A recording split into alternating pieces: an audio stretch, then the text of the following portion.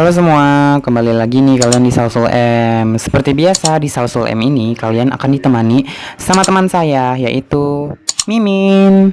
Oke Mimin, silakan jelaskan apa yang mau dibahas sama kamu. Oke, halo semua. Kembali lagi bersama Mimin yang akan setia menemani kamu. Kali ini Mimin mau cerita tentang asal-usul orang minyak.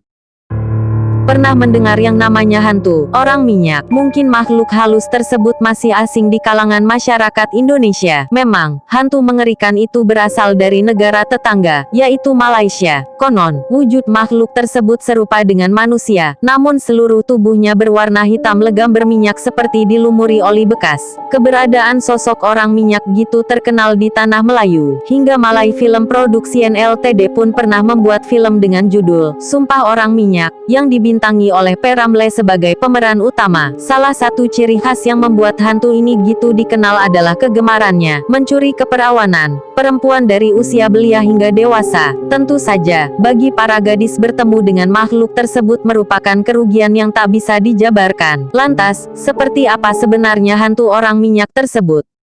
Terkenal sejak pertengahan tahun 60-an. Pada tahun-tahun tersebut, masyarakat Malaysia dibuat gelisah dengan rumor adanya orang minyak. Sosok itu digambarkan sebagai orang yang tidak mengenakan pakaian sama sekali. Dari kepala hingga ujung kaki juga berwarna hitam dan dilumuri minyak. Konon, hantu ini sudah melakukan banyak perkosaan di berbagai tempat. Sosoknya juga tidak bisa dilihat oleh orang yang sudah tidak perawan. Itulah sebab kenapa anak perempuan zaman dulu kerap mengenakan pakaian pria. Hal itu untuk mengecoh hantu orang minyak yang akan menganggapnya sebagai laki-laki.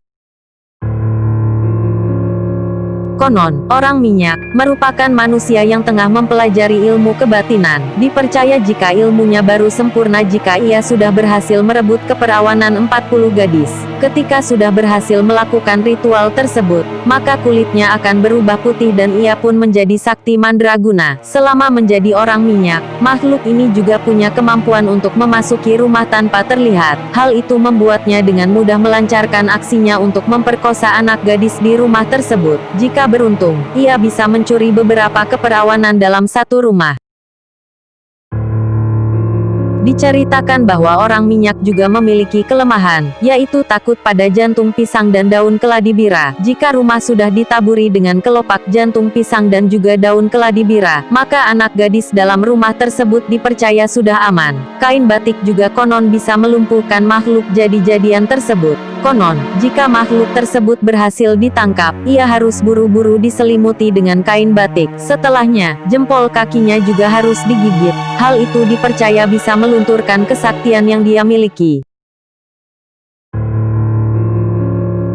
Meskipun sudah termasuk golongan hantu, namun sejatinya orang minyak merupakan manusia biasa yang tertarik dengan barang-barang mewah. Tak heran jika ia juga menyelam sambil minum air. Konon, selain mencuri keperawanan gadis-gadis, ia juga mencuri barang-barang yang ada di rumah menjadi targetnya. Namun, karena orang minyak punya ilmu khusus, jadi biasanya korban akan merasa tidak berdaya meski sebagian bisa melihatnya. Bahkan, untuk melakukan perlawanan saja rasa tidak sanggup. Terlebih, ada beberapa kasus di mana orang minyak juga beraksi dengan menggunakan senjata. Hingga era modern ini, beberapa saksi mengaku masih pernah melihat sosok serba hitam tersebut berkeliaran di suatu tempat. Namun, pandangan orang masa kini memang sedikit berbeda. Keberadaan orang minyak dinilai sebagai manusia biasa yang mesum dan gemar mencuri. Namun, saat melancarkan aksinya mereka menggunakan ilmu gendam agar korbannya tidak bisa melawan. Tujuannya menggunakan minyak di sekujur tubuhnya juga memiliki fungsi agar ia licin seperti belut. Jadi, jika sewaktu-waktu sampai tertangkap, dia akan mudah untuk meloloskan diri. Benar hantu atau bukan, yang namanya orang minyak memang sangat mengerikan. Hal itu karena mereka mengincar keperawanan. Baik cerita tersebut nyata atau mitos belaka, baiknya para gadis memang harus lebih waspada menjaga harga dirinya agar tidak sampai kecolongan, baik dari orang minyak atau orang sesayangan, pacar. Percaya atau tidak kembali lagi ke pribadi masing-masing. Sampai jumpa lagi, dadah.